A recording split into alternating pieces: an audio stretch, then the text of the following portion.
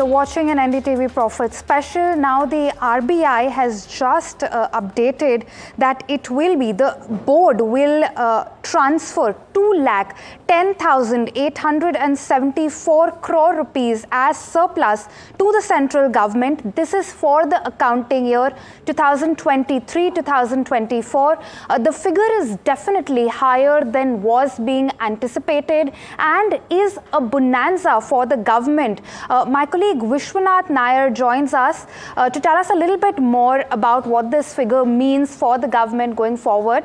Vishwanath? Right, Pallavi. So as you said, 2.11 lakh crore worth of surplus transferred by the RBI to the government. Now, remember that how it works typically is that on the RBI's balance sheet, after adjusting for any kind of expenditure that the RBI may incur, after adjusting for a specific contingency risk buffer that the RBI calculates, on which I will discuss a little bit further, whatever surplus remains that the RBI returns to the government in the form of a dividend that the RBI pays to the government. Essentially, this money becomes an important sort of revenue stream for the government. Remember that for FY24, during the February budget, the RBI, the government had estimated a revised estimate about 1.2 lakh crore. So compared to that, this is significantly about a little over 100% higher than what the government itself had anticipated in February. So that's a big bonanza for the government, of course. And remember that I talked about the contingency risk buffer. That is a risk buffer that the RBI maintains depending on how much it earns. In 2019, that risk buffer had been brought down to 5.5% from 6.5%. Then later on last year in 2022-23, it had been raised again to about 6%. Now, this time the RBI has brought that figure to 6.5%, which is where it was originally. And according to the RBI, that 6.5% is the appropriate level of contingency risk buffer that it needs to maintain to contain any kind of financial volatility that the financial system may face in the future. So even after adjusting for a higher risk buffer, the RBI's surplus transfer is significantly higher than what was anticipated by the government itself. And that's obviously going to play a big role in the way the budget for FY25, which the restated, the full year budget, which will come out in July, how that is planned will depend on this figure. Right. All right. Thank you so much, Vishwanath. Let's quickly also go across to our guests. I first have with me Teresa John from Nirmal Bank. Teresa, hi. Yeah, hi. Thank you so much for taking time out and joining us on such short notice. We've just seen the figures being released and it's clearly well above expectations. What are you making of the figure for the transfer? Right. So we were expecting, in the upper bound around 1 to 1.1 lakh crore. This is significantly above that. And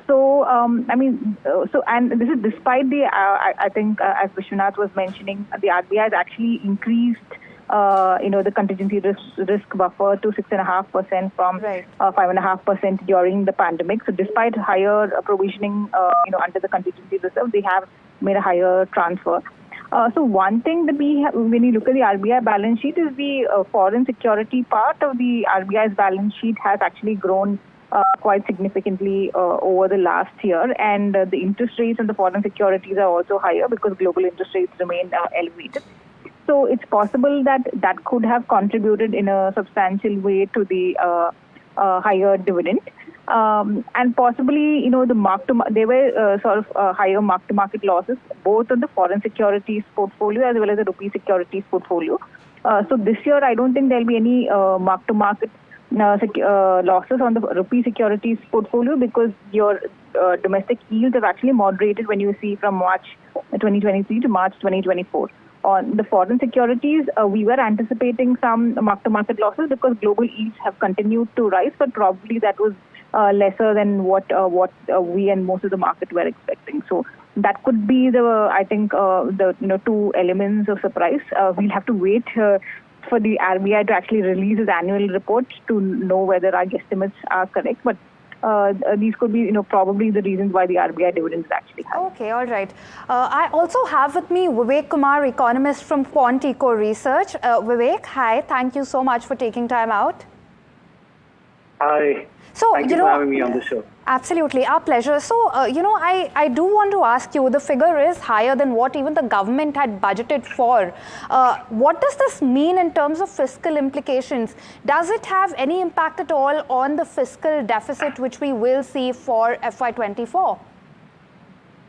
Well, of course, yes. The figures were kind of comparable between what the government had budgeted for FY25 and what they received in the previous financial year.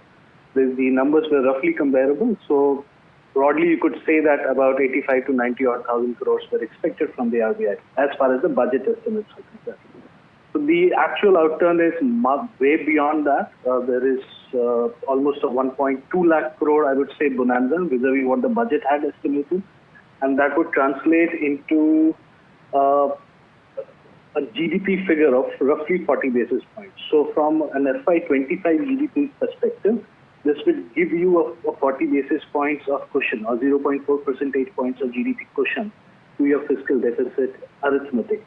Essentially, what it means is that if other things remain where they are, the government's fiscal deficit will not be at 5.1. It can potentially go down all the way to 4.7, assuming other things remain absolutely unchanged.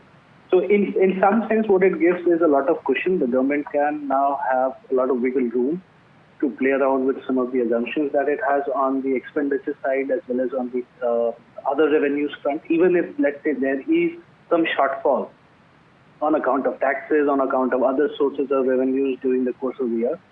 This itself will make good and probably deliver much more. And this also gives some extra room for the government to spend. Mind you, there is also a talk of the government considering reducing its GSEC borrowing program. This talk has emerged after the recent GSEC buyback plans had not met any eager response from the market. There was very tepid response. And the RBI did curtail the T-bill borrowing program for the Q1 by almost 60,000 crores. The expectation or the rumor in the market is that if possible, the government could also consider lowering its GSEC borrowing program. So a figure like this definitely will add much more rumor, much more muscle behind this rumor. And the possibility of an actual cut in GSEC borrowing remains now a very live option. Hi, Teresa, this is Vishwanath. I just wanted to ask you a question with regard to where we are in terms of the number itself. Is it largely coming because of forex gains or the forex holdings increasing significantly in value? We have seen the dollar strengthening most of FY24. What's your assessment looking like? No, so the foreign security. So basically, if there is any mark-to-market gains, that is not kind of recognized in the P&L of the government. So that doesn't. The value of the securities doesn't really benefit if there is a mark-to-market gain, and I don't think there is a mark-to-market gain on the foreign securities portfolio, mainly because the yields have continued to rise. So if yields are rising, then you actually have a mark-to-market loss. But the interest rates, have actually gone up. So last year, if you see the average yield, interest income was around 1.5% on the foreign securities.